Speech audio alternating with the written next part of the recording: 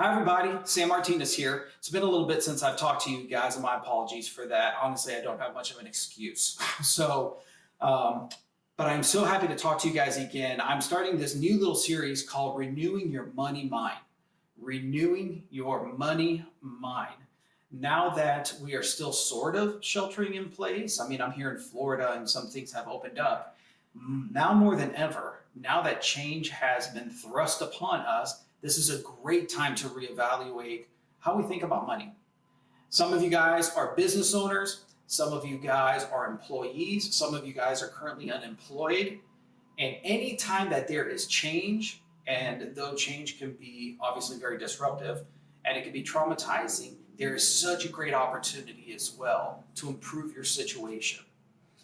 What I want to reference today is an article that I read in Barron's magazine. It was a May 4th article, and it was called Consumer Woes Threaten the Recovery.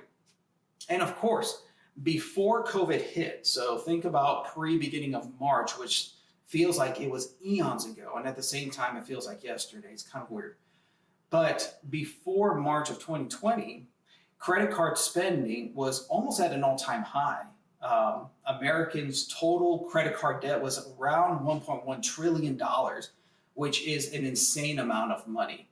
At the same time that before coronavirus hit here in the United States, less than half of Americans actually had an emergency fund of some sort to weather these kind of storms. And by the way, before you think that it's an income issue, about 1/4 of those households here in America who make over $150,000 or more a year, about 1/4 of those don't have a properly funded emergency fund anyways. So yes, obviously, if you have more money, it's easier to save money. But even those who have the ability to save money haven't.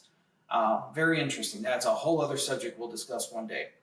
But when this thing hit, when coronavirus hit, our credit card spending now in the month of April and May has gone down by 1/3, 34%, and even debit card spending almost by 15%, which is kind of obvious. I know my wife and we were going to celebrate our 20th anniversary at the beginning of June, and we had to cancel vacation plans, and maybe you have had to cancel lots of vacation plans and other things as well.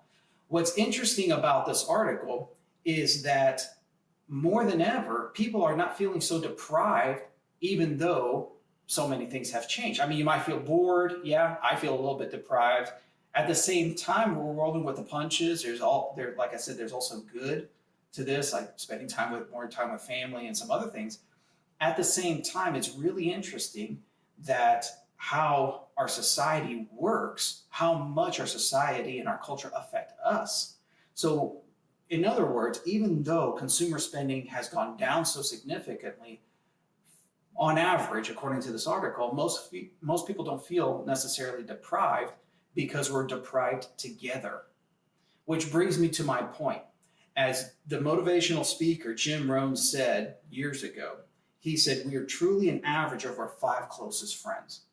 Those 5 people who you spend the most time with, you become an average of them. And this is true for money. This is true, for instance, in spending habits. It's also true of savings habits. It's also true in business. It's true in your morality. It's true in your spirituality. It's true in the way you raise your family. So my point is here, even though we're going through great change right now, and it's affecting our families and it's affecting us personally, really evaluate where you want to go. Think about your values. Think about where you're trying to head, even financially. Make sure that you're surrounding yourself with people who are like-minded, because if not, you'll default to those 5 closest friends around you. I hope you find this helpful. I'll talk to you soon. This is Sam Martinez. See you soon.